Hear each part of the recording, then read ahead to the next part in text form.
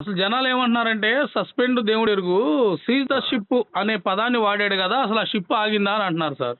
Seize the ship అని చెప్పనంటే హ్మ్. ఇప్పుడు ద్వారం చంద్రశేఖర్ రెడ్డి బియ్యం దోచుకుంటున్నాడు అన్నారు కదా. అవును సార్. మరి Payyavula Keshav TDP party senior నాయకుడు. అవునవును. వాళ్ళ ఈయన కూడా సడ్డుగుడు. ఆయన బియ్యం కూడా తోడలుడు ఉన్నాడు కదా. అవును సార్. అవును. అదే కాకినాడ పోర్టు నుంచి ఈ ద్వారం చంద్రశేఖర్ రెడ్డి కంటే ఎక్కువ బియ్యం ఎక్స్పోర్ట్ చేస్తున్నాడు. అవును సార్. అవును. ఆయన ఏమైనా ఆకాశంలో పండిస్తున్నాడు, నేను బియ్యాన్ని ఏమన్నా. అవును సార్. అవును. అదే దొంగ బియ్యమేగా అతను పంపిస్తుంది. అవునవును. అతని పేరు ఎందుకు ఎత్తారు తెలుగుదేశం పార్టీ వాళ్ళు, జనసేన పార్టీ వాళ్ళు? అందుకు వాళ్ళ మనిషి కాబట్టి. ఆడు సత్యానికి వ్యాపారం చేస్తున్నాడా? ఆడు చేసేది కూడా అదేగా. అదే సార్. ఆడు చేసేది అదే కదండి. ద్వారం చంద్రశేఖర్ రెడ్డి అయినా ఎవడైనా ఎవడు అధికారంలోకి వస్తే వాళ్ళకి డబ్బులు ఇచ్చుకుంటారండి. వాళ్ళ వ్యాపారం వాళ్ళు చేసుకుంటారండి. రాష్ట్ర ప్రభుత్వాలు ఎందుకు ఊరుకుంటే తెలుసా?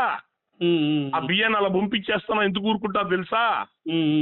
వీళ్ళ సొమ్ము కాదు అది. ఆ బియ్యం, అవును, ఆ బియ్యం కేంద్రం ఇస్తున్న బియ్యం.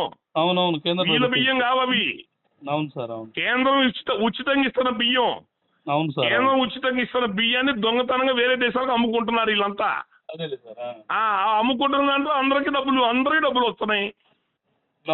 అమ్ముకునే వాడికి, అధికారంలో ఉన్న ముఖ్యమంత్రులకి అందరికీ వస్తున్నాయి డబ్బులు దాంట్లో.